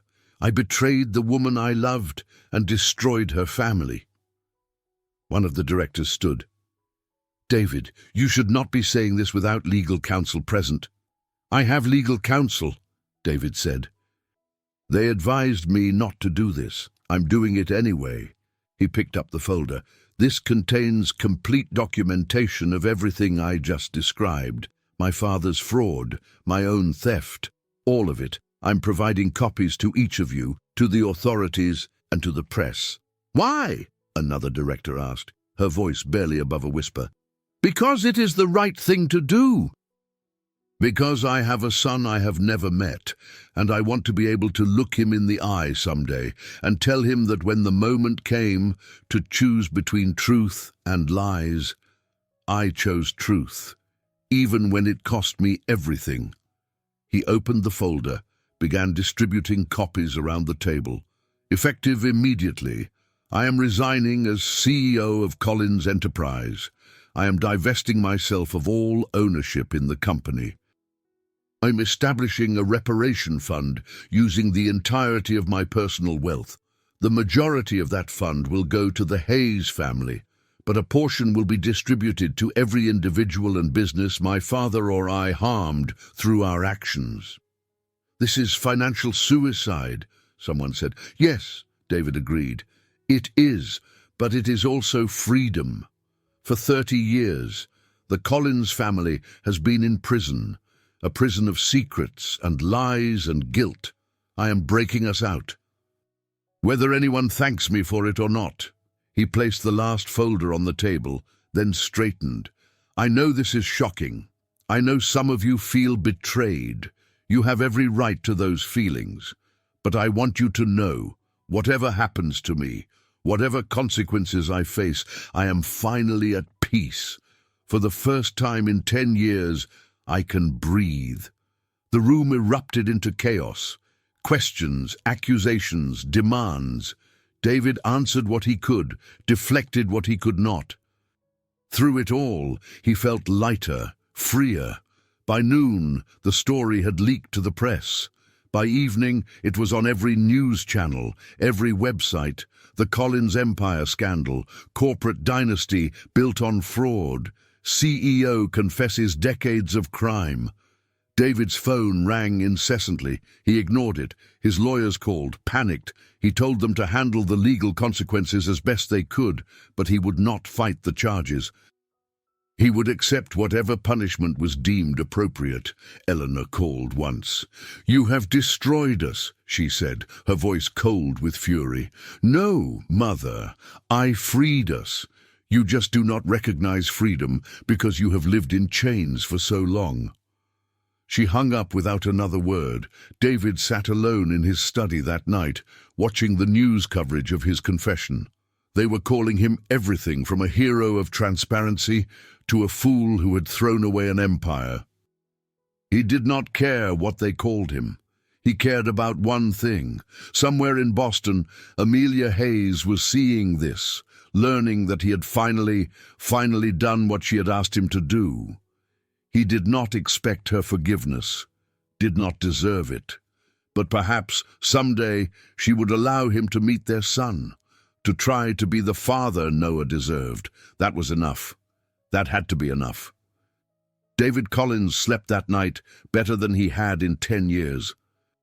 Amelia was in her workshop, carefully applying gold leaf to a restored frame, when her phone rang. It was her lawyer, his voice urgent. "Amelia, turn on the news. David Collins just held a press conference. He confessed to everything." She sat down slowly, reached for the remote, turned on the television. There was David, standing in front of a bank of microphones, cameras flashing. He looked different, lighter somehow, despite the gravity of what he was saying. "I am here today to confess my crimes and the crimes of my father," he said, his voice clear and steady. "To acknowledge the harm we caused, and to make what reparations I can. I stole from the Hayes family. I let an honest man die in disgrace. And I did these things to protect my family's reputation, which I now understand was never worth protecting in the first place." Amelia's hand went to her mouth. "I am establishing a reparation fund," David continued. "I'm giving away everything. The business, my wealth, everything, to try to make amends for what was taken. I know money cannot restore a man's life or heal decades of pain, but it is all I have to offer, that and my confession, and my commitment to spend the rest of my life trying to be a man worthy of the second chance I do not deserve but desperately hope for." The reporters shouted questions. David answered some, deflected others. But through it all, he remained calm. "Resolved. Is this about the son you recently discovered?" one reporter called out. David's face softened. "My son, Noah, is 10 years old. I have never met him. His mother has every right to keep us apart, given what I have done. But yes, this is about him, about wanting to be a father he could be proud of, even if he never knows me. About trying to become a man of integrity, so that someday, if he asks about me, his mother can tell him something other than that I was a coward." Amelia felt tears streaming down her face. He had done it. David had actually done it, not for her forgiveness, not to manipulate or control the situation, but because it was right. Her phone rang again. The lawyer's voice was professional, but excited. "Amelia, you need to come to my office. The reparation fund. The amount being offered to the Hayes estate, it is substantial, life-changing. We need to discuss how you want to handle this." Amelia barely heard him. She was watching David on the television, seeing him walk away from the press conference with his head held high despite everything he had just lost. He had chosen truth. Finally, after 10 years, David Collins had found his courage. And against all odds, against everything she had believed just 3 days ago, Amelia felt something unexpected stirring in her heart. Not forgiveness, not yet, but something that might, with time and care and genuine change, grow into it. Hope. 2 years later, the morning sun streamed through the tall windows of Amelia Hayes's restoration workshop, catching dust motes that danced in the golden light. The space had grown since those dark days after her father's death. What had once been a cramped single room was now a bright, spacious studio filled with projects in various stages of repair: antique furniture, paintings, delicate sculptures. Each piece told a story of brokenness being transformed into beauty. Amelia stood at her workbench, her hands moving with practiced confidence across the surface of an 18th-century writing desk. The wood was scarred and water-damaged, but she could see its potential. She always could. That was her gift, seeing what something could become, not just what it was. "Mom, I am heading to school." Noah's voice called from the doorway. He was 12 now, taller, his voice beginning to deepen, but still that same gentle soul who drew pictures of trees and asked profound questions about goodness. "Come here, sweetheart. Let me look at you."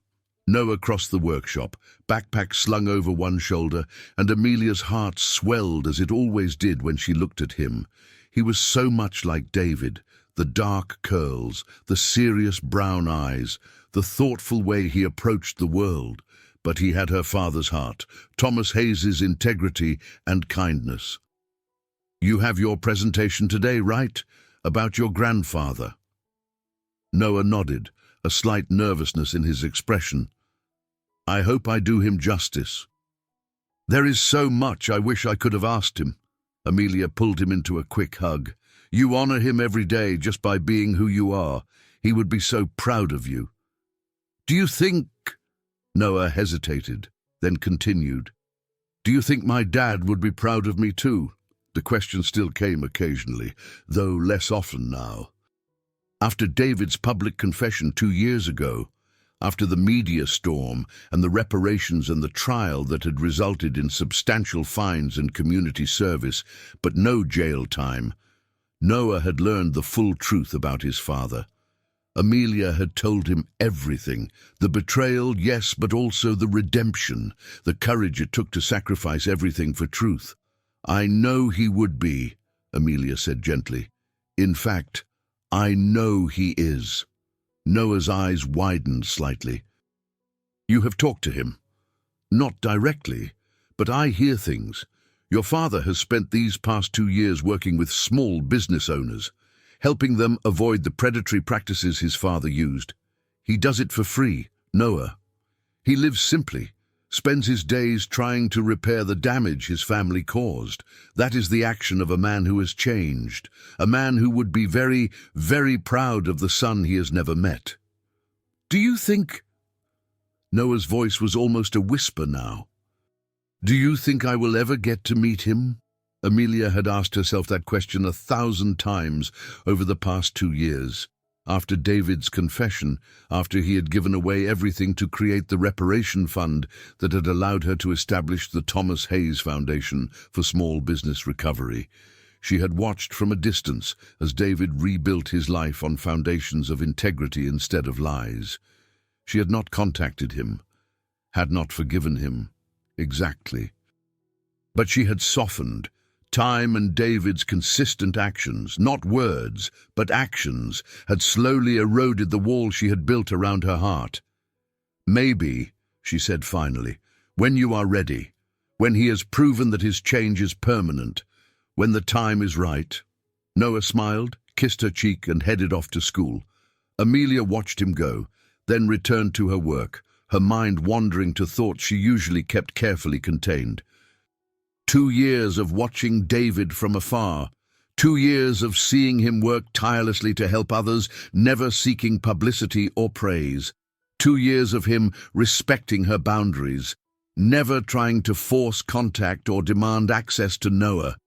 He had sent exactly 1 letter in all that time, delivered through her lawyer. It had been brief, simple. I am trying to become the man you once believed I was, not for your forgiveness, though I hope for it.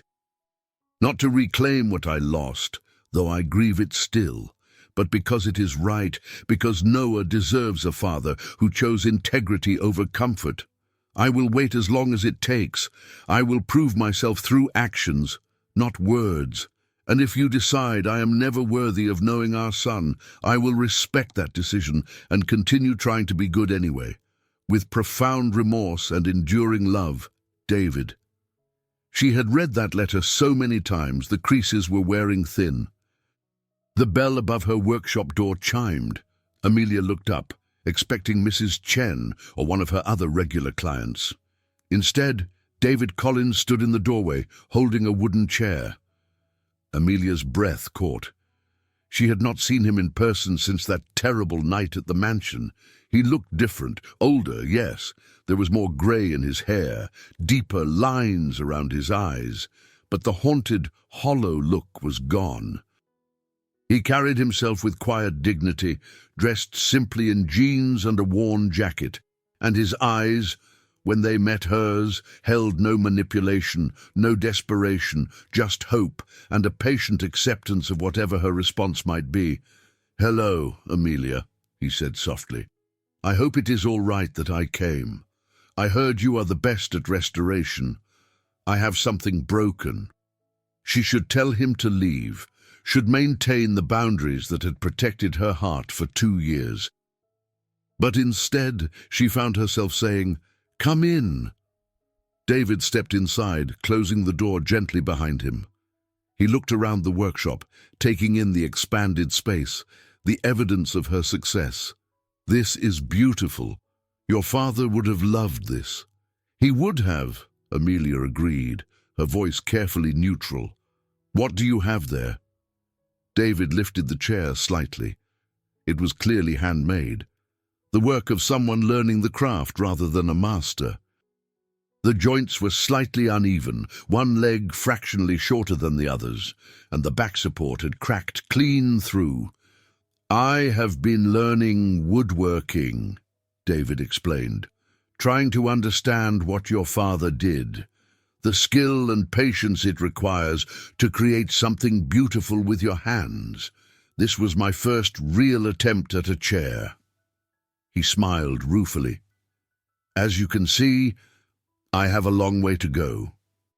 I broke it by sitting on it too soon, before the glue had properly set. I thought maybe you could—" He trailed off, looking at her with an expression that made her heart ache.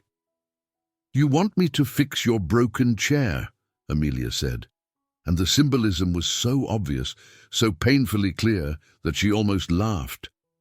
"If you can," David said quietly. "If you are willing, I understand if you are not." Amelia moved closer, examining the chair.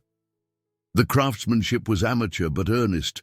She could see where he had sanded carefully, where he had tried to make smooth joints, where passion had exceeded skill. It was the work of someone genuinely trying to learn, to create rather than destroy. "I can fix it," she said finally, "but it will take time. I will have to disassemble it completely, repair each piece individually, then rebuild it slowly. And even then, it will never be exactly what you intended. The repair will show." "I know," David said, "but it will still be beautiful, will it not? Everything you restore becomes beautiful." Their eyes met, and Amelia felt something shift inside her. Not forgiveness, not quite, but the possibility of it. The recognition that David had spent 2 years becoming someone different, someone worthy of a second chance. "Why did you really come here, David?" she asked gently. He took a breath, set the chair down carefully. Because I have done everything you asked. I confessed. I gave away everything. I have spent 2 years trying to make amends, trying to become a man of integrity, and now I am asking if there is any chance you would allow me to meet our son. Not as his father, not yet. I have not earned that, but as someone who wants to know him, to be in his life in whatever capacity you deem appropriate. I am asking for a chance, Amelia. Just a chance. Before Amelia could respond, the workshop door opened again. Noah stood there, his backpack still on his shoulders, his eyes wide. "I forgot my presentation notes," he started to say, then stopped, seeing David. "Sorry, I did not know you had a client." He stopped mid-sentence, really looking at David for the first time, and Amelia saw the recognition dawn on her son's face. He had seen pictures, video footage from David's press conference. He knew what his father looked like. "Noah," Amelia said, her voice gentle, "this is David Collins, your father." The workshop fell silent except for the ticking of an antique clock Amelia had restored last month. Noah and David stared at each other, two strangers connected by blood and separated by circumstances neither had chosen. David's eyes filled with tears. "Hello, Noah," he said, his voice breaking. "I have wanted to meet you for so long." Noah's expression was guarded, wary. He looked at his mother, seeking guidance. Amelia gave a small nod, permission to make his own choice. "Did you really give away all your money to make things right?" Noah asked, his voice steady despite his obvious nervousness. "I did," David said. "It was the least I could do.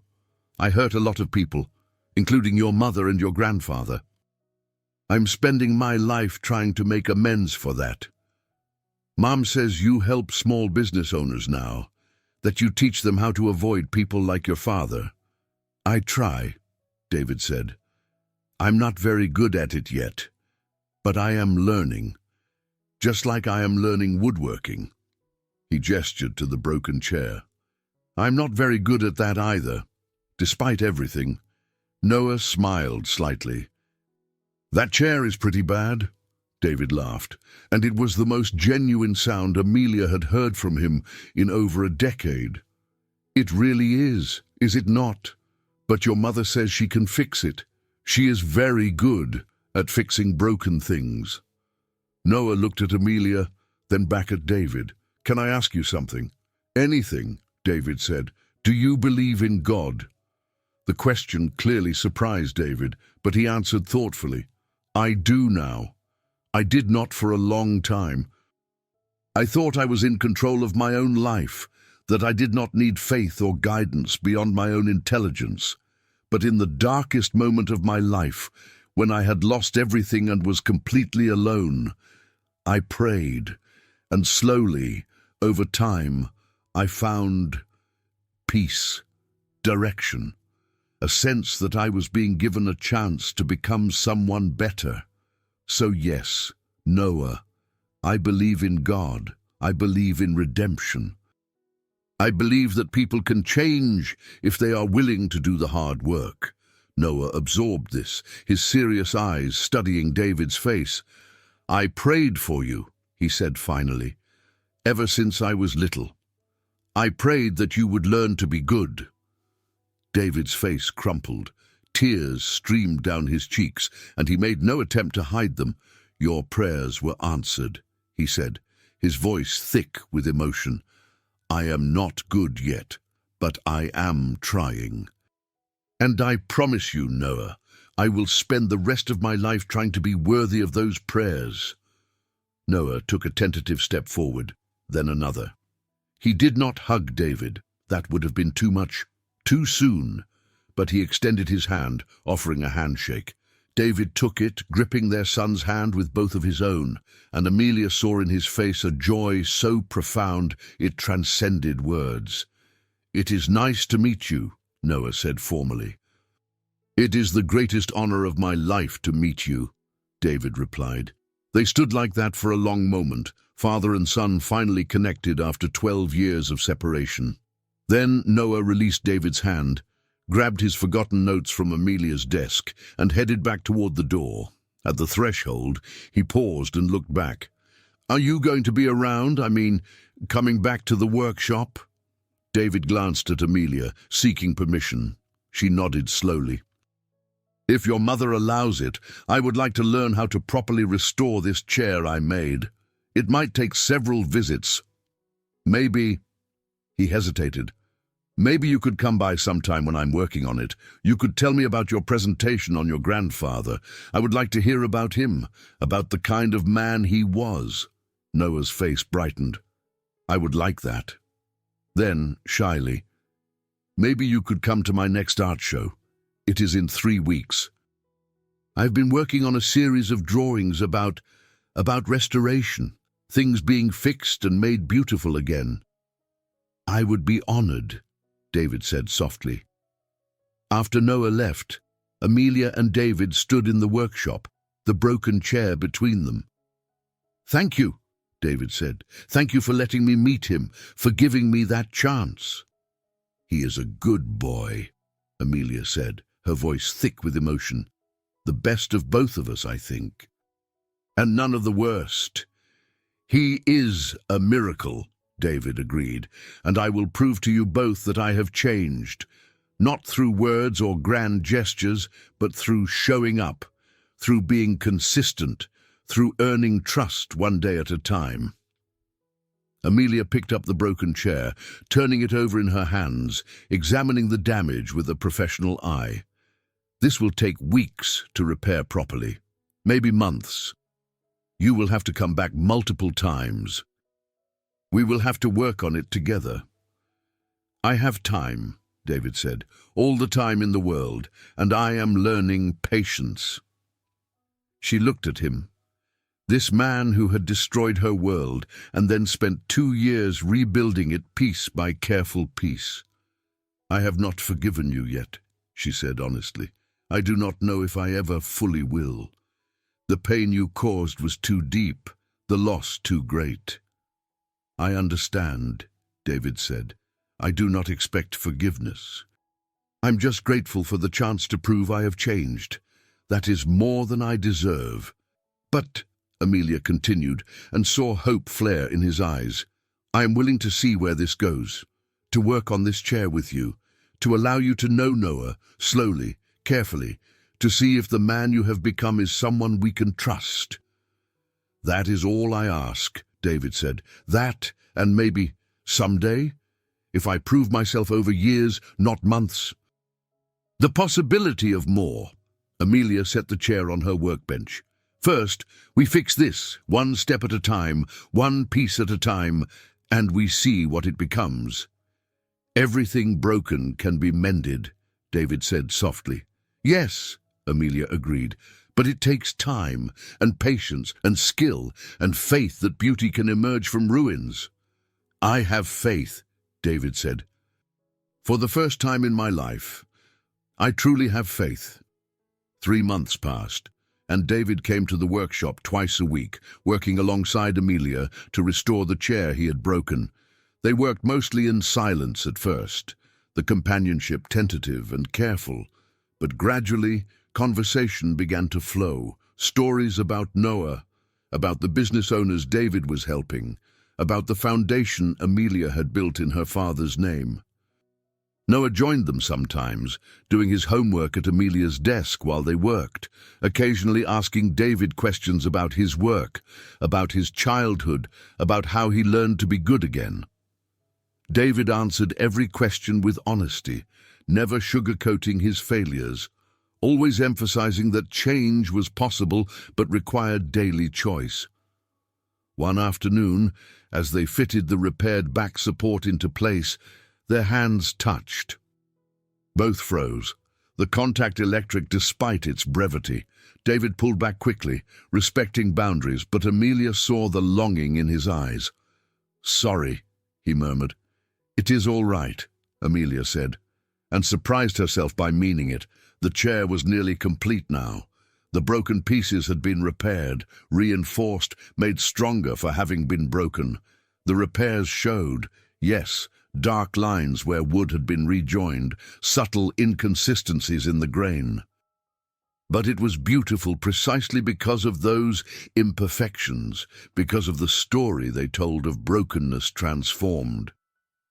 "My father used to say," Amelia said, running her hand over the smooth wood, "that the patient art of restoration requires three things: truth about what is broken, skill to rebuild it, and faith that beauty can emerge from ruins." "Wise man," David said quietly. "I wish I could have known him." "Really known him?"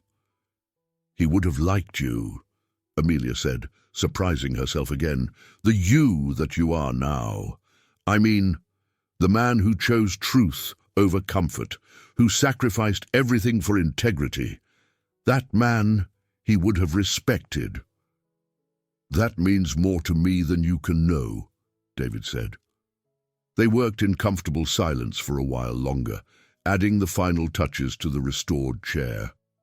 When it was complete, they both stepped back to admire their work. "It is perfect," David breathed. "Not perfect," Amelia corrected gently, "but whole. And sometimes whole is better than perfect. Perfection is brittle. Wholeness acknowledges the cracks and says they are part of the beauty." Noah arrived just then, bursting through the door with his usual energy. He stopped when he saw the completed chair, his eyes widening. "Wow, you fixed it? It looks amazing." "We fixed it together," David said, glancing at Amelia. "Your mother did most of the real work. I just tried not to break it worse."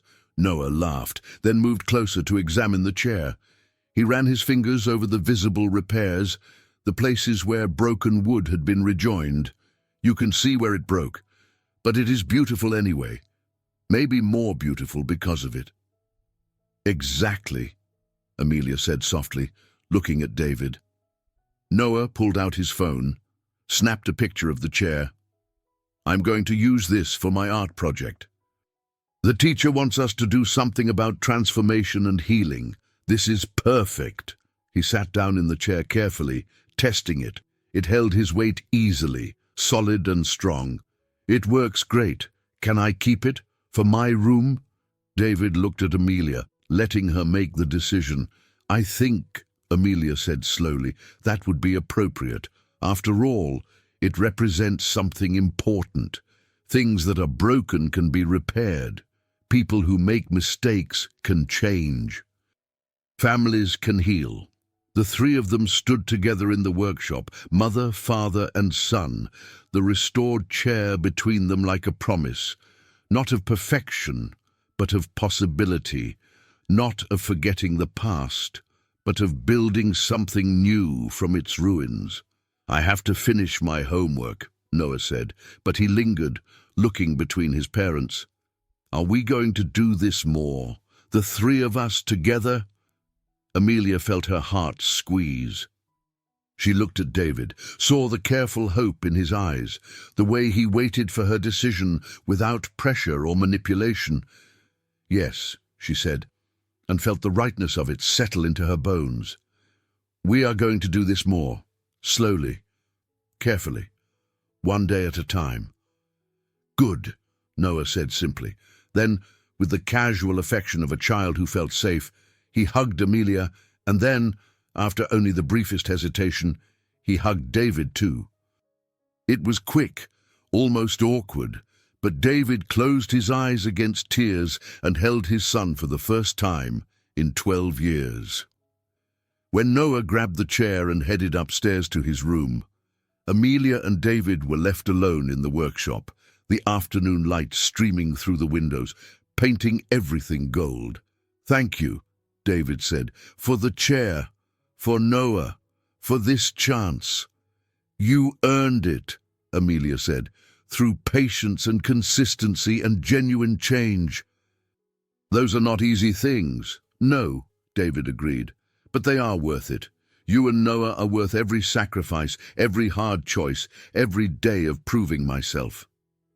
They stood in comfortable silence for a moment, and Amelia felt the last pieces of her defensive wall crumbling, not gone, not yet, but crumbling. "David," she said quietly, "I am not ready for more than this, not yet.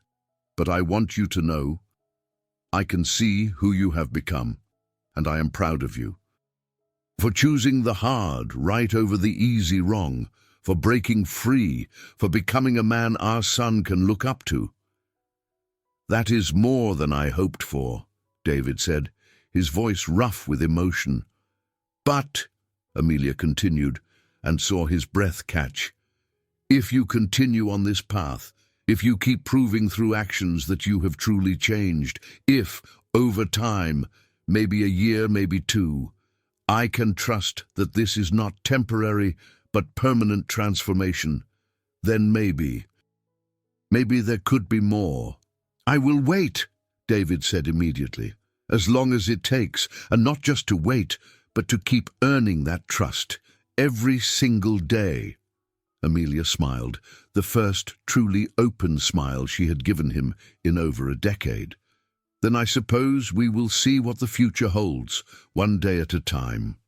"One day at a time," David echoed. As he left the workshop that evening, Amelia watched him go. He walked differently now than he had 2 years ago at the mansion. Head high, shoulders back, moving like a man who was free, she turned back to her workbench, where a new project waited, a beautiful but damaged painting, its canvas torn but repairable. She picked up her tools and began to work, and as she did, she thought about restoration, about patience, about the slow, careful work of taking something broken and making it whole again. Everything broken could be mended. It just took time, and skill, and faith. And sometimes, if you were very lucky and very patient, the repaired version was even more beautiful than the original had ever been, because it had learned what it meant to be broken, and it had chosen to heal anyway. I hope you enjoyed today's story. Subscribe to the channel so you don't miss more stories like this. Leave a like and comment below what you thought of the story. See you in the next video.